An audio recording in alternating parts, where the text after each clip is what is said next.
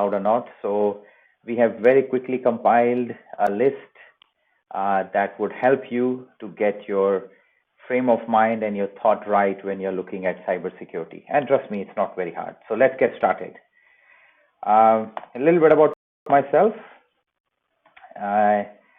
I have been in this industry for the last 21 years, and I have been, holding a couple of patents in the cybersecurity domain, and I have worked with almost 120 plus BFSI, customers or clients or partners, as well as government bodies. The first product we made was used by Bill Clinton when he approved Digital Act, and I love solving problems, and I'm pursuing to become more aggressively involved into ethical hacking, cyber law, as well as cyber forensics. So let's get started with quickly the tips that I have to share with you. So the first tip is, let me move myself aside a bit. The first tip is you need to look at moving away from emails. This is very important because most of the starting point, phishing, every kind of attack that happens is going through phishing, and that essentially comes through your emails. So even though there are a lot of softwares and services that protect you, but still hackers have a way to get around it. Move towards more close, trusted, collaborative, way of working through Slack, Facebook Work, Microsoft Teams, and do away with email, or have softwares which actually help you to do things directly instead of relying on emails. And that's one of the key things that will help you to mitigate and reduce a lot of, frontline exposures that you have, and your gullible users who give it away. So tip number one of the most important, move away from emails. Can you do that or not? That's a question you need to ask, and it doesn't take much to, think a little bit off track and getting away from them. Then the second tip that we have is job rotation is must, especially in smaller companies. If we are not rotating job, you are giving too much power to the person or that individual, and that individual can possibly turn rogue or become unhappy, and it can cause you a lot of damage. So one of the second important tips is you have to rotate your employees, even for 2 or 3 weeks. Try to do it after every 6 months, and that would help you a lot. And the second part to that is give them multi-factor token. So that way they cannot share it, or they cannot say, oh, I shared it with so-and-so, and he might also have the same thing. Because multi-factor token enables you to restrict the authentication and authorization for that specific user. So 99% drop comes in as soon as you put in a multi-factor token, and job rotation with multi-factor gives you much solid security. Again, if you want to know more about multi-factor, it's a whole 2-hour session, but I'll stick to this. Again, reiterating, job rotation is must. The third tip is use games for sharing security tips. Again, nobody wants to sit there for 1 hour, listening to the boring stuff. Any training is boring. 87% people find, these one-day training programs boring. You gotta make it fun. You can use cards, you can use stick-ons, you can split teams, and like the way you do, a bit of game playing, role model playing, anything that works. It's not too hard. Firstly, it makes it more fun. Secondly, when it's fun, people are able to retain it because there are emotions attached to that, and that's how your mind can remember it and then take it ahead. So try doing that, and this is something very common that happens in, fire drills that happen after every 3 or 6 months. It is something very similar you can also do for your cybersecurity. So tip number 3 was use games to share your security tips. Next tip is hacker loves big companies. Now, if you look at Microsoft, they have so many attacks and vulnerabilities coming in. Cisco, VMware, Citrix, Apple, Google, all these companies, large companies whom you and me trust. And because we trust them, we use their products on day-to-day basis, Hackers love them because they know that if I can get Microsoft, I can also, if I can find a vulnerability in Office, if I can find a vulnerability in Office 365 or, my Exchange server, or my Edge browser or Chrome browser, I'm able to attack them and I'm able to get a lot of customers being compromised. So what I'm trying to tell you is that you need to look at certain niche products and services that you use, and that itself helps you because they are unknown. Hackers don't want to attack one specific product, because they're only, certain limited customers, and go ahead. So always think, is it possible for you to use not a super popular product, but something simpler? And that is what most of the governments do. That's where, guys like me come and play a role. But that is something that you should look at. Do I really need to look at a big product, or can I do away with something different, smaller, niche that is not known? If you don't know it, you can't hack it. As simple as that. Tip number 5, hard talk, FOMO and JOMO. Now, FOMO is fear of missing out. That's what, social media does to us. And JOMO is joy of missing out. So in cybersecurity, because it's complex, it's difficult, it's layered, it's hard to understand, most of the companies are in a world of JOMO. And secondly, if you are having a security officer, he is just there to save, his job. He's just working as an employee, and he really does not, have anything, because he doesn't know what to not please the board or not please the superiors. So with that mindset, it's very hard to get real, neutral, independent opinion. You need to get an independent board advisor or a director position, which can really tell you on your face that this is what is good, this is what is bad, this is what we should do, this is what we should not do, and then take it ahead. And that individual can also help you, or individuals can also help you with, what we can outsource and what we can insource. So instead of relying your internal capability, get somebody who can tell you neutrally that this is what you need to do. And having an independent board director who is into cybersecurity or an expert from there will help your company to achieve what you want, and not rely totally on your internal team who is just trying to please you. So that's the hard talk which you need to understand and listen and take it ahead. So FOMO and JOMO will always be there for you. But more importantly, you need to bring a person or team who is independent and who's not trying to please you by saying the right things, but giving you the hard talk that this is good or this is bad and this is ugly. Yeah. So tip number 5 goes more on the people and processes, not on the product. So please use that, to your advantage, so that you have the right, things that need to be heard to you, and right things can be implemented, because it's hard fact out there. So hard talk is a must. This is one of my most key tip, when it comes out. It's nothing to do with the products that you use or service that you use, but it's more to do with the people. And then based on that, whether you want to use your own team or whether you want to use a neutral, independent person. Tip number 6. Again, when you're going to go for that, most of the companies, what they do is they start looking for a product. Now, products are good, but cybersecurity needs a service. It has to be thought as a long-term problem. Today you will solve A, tomorrow you'll have B, day after tomorrow you'll have C, in weeks, months, over time. And you need to evolve with that, because when you're evolving your systems, your security will also evolve. So you are not going to solve it with the old product that you deployed 2 years back. So think like this, that you need a partner who understands that it's not going to happen to me. Attitude, is not right. It is going to happen to you, should be the right attitude, and how we can fix it, how we can review it after every 2 months, 3 months, 6 months. Now, large corporates are able to do something like this as a part of their process or as part of certain, ISO standards that they follow.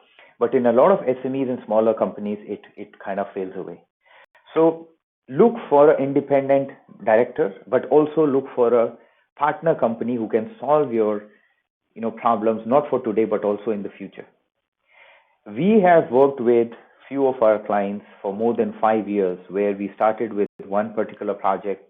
then now in certain places we are protecting at least 2+ million users of theirs with 9 applications, large enterprise applications being protected.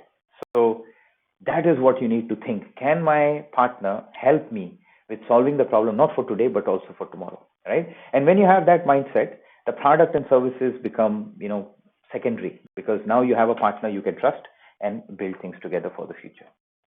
And if you want to do it in-house, it's very, very hard, trust me, because as soon as your person leaves after 1 or 2 years, you're back to square one because all the knowledge goes away. So look at independent, entity or external entity which can help you out with that. That's my suggestion. Again, I'm not saying that you should build it in-house or externally, but that partnership is the way of thinking ahead. Where you get the talent, you get the skills, and then take it ahead. Tip number 7, protect data at all times. Now, we keep on, putting a lot of emphasis on threats that are happening outside. We also look at, ransomware as a main problem. But if you really look at it, if a hacker has got into your network, they have put a ransomware, that means they have already taken your data out. Your data is sitting somewhere in dark web, which they will sell further, to multiple parties and companies. And on the other hand, what you're doing is you are giving them the ransom money, which is basically fun for them, like extra money that they are making. Now, if you protect the data, which is at rest, so that could be your files, that could be your database, if you mask it, if you encrypt it, if you watermark it, all these things, if you do, and obviously when it's moving, let's say you have a mobile or a web app where it's moving, the data is moving, let's say you're uploading a file, why don't you encrypt it from there? If you're, pushing certain credit card details, why don't we encrypt the file from there, as a photo or as whatever? The idea is when the data is at rest or data is at motion, you need to protect it. If you are thinking like that, then suddenly you have elevated yourself where hackers are not interested. Because let's say, for example, you have encrypted, certain files of yours, and the hacker steals those files. Those files are useless for the hackers. So what you have done is you have beaten them in their own game, right? We are mostly focusing, when I look at the market, I see a lot of big companies talking about, network security, putting the antivirus, endpoint security and all that stuff. But if you protect the data, you have solved a problem, even if your network is, network security is 0, nothing is there. So think like that. If you're thinking like that, suddenly you have elevated yourself and you have beaten the hackers in their own game. So data security or protection of data is extremely important. And that is the tip number 7, which is protect data at all times. Tip number 8, joint accountability for X as services. So if you're using, CRM as a service, if you're using property software as a service, if you're using, like for example, Salesforce, or if you're using many other services, Xero and all that, what you're doing is that when you're using this, it is a very clear advantage that you have reduced the cost of your of operations. So you're not, you're leveraging on the cloud or the services from the cloud to help you out, which is huge, which is great advantage. But what you're not realizing is that if they have a bug in their system, which could be there, right? No software is 100% safe or secure unless it's discovered. Then who is taking that accountability? From whatever research I have done, I think you should also do your own. We investigated 25 companies and we looked at their, TNC. One of the key things was data sharing. That was one part, and the data ownership was the another part. And third part was what happens if there is something that goes wrong. Now that at that point, do they take joint accountability or not? So without taking names, almost I would say all of them literally did not take the joint accountability. And I think that is something which is fundamentally, morally not right. So you need to push your suppliers or your vendors or your team, if they're using, the cloud service, that what is, big question mark, the accountability if something goes wrong. That also will impact your insurance. So you need to look at that. So tip number 8 is you need to work with companies or services which will take joint accountability of the system if anything goes wrong, and also ensure that the data ownership and sharing things are in place rightly. So very, very critical tip when you're thinking ahead. Tip number 9, where is my data and is it secure? Now, this is something that you have to be really concerned about. See, the advantage of using cloud is, there are many, many advantages. We all are well aware of it, thanks to, extremely good marketing by the cloud providers. But you need to look at the critical part of data mirroring. Now, data mirroring itself, can replicate the data from any place to any place. Now, yes, they are not accessing that data, but there is a copy of your data being made somewhere else. Regulators might not allow this. So you should be asking a question that, is it possible for you to ask the provider, what is the data encryption that you're doing? Whether my data is being mirrored or not. If it is mirrored, where it is getting mirrored. And you also need to look at, certain applications, or software or plugins, which can encrypt your data before it goes to the cloud, which can make sure that the data that you're putting on the cloud is well protected and it is not being copied. So one of the key things is that you need to own the keys. That means you need to control your keys, the encryption keys, at your premise. It might not cost you much, but you need to do that, because whatever is happening on the cloud, you can control it. So it's like, I can go away from my house and I've locked my house, but the keys are with me. I get out from my car, I lock my car, keys are with me. That means nobody can, steal my car or, attack my house and steal something, right? Because I have the keys. So you need to think like that. So it's a very, very real world, example. Like what you do in your real life, same thing is what you need to do with your data, which is on the cloud. So please think like that, and that will really help you to broaden how, easy the cybersecurity can be once you start asking questions, where is my data and what is the security that is being offered? And you should ideally control the security, not a third party or not somebody else, right? That was tip number 9. Where is my data and is it secure? And the last tip is insurance, which is cyber insurance, and security are two sides of same coin. So if you are having, like from job rotation to data security to multi-factor authentication to, application level, data encryption, all these other things that can help you reduce your risk, mitigate your risk, and bring solid, I would say profile as a security profile, then automatically your insurance provider would, look at that, evaluate that, and you will be able to in a good position to negotiate with them for a much lower premium. Now, premiums will go up because you see a lot of breaches that are happening. It's something similar like, life insurance. So we want to make sure that we are doing the right thing in case, something bad happens to my company. Now, if you're a smaller company, you might not be asked to report your breach, but you would still like to put a claim. And if you're doing that, then you need to make sure that you are, in a good spot where you can, claim that. So security that you put in, it is not just for your own protection, but it's also helping you with the insurance aspect of your business.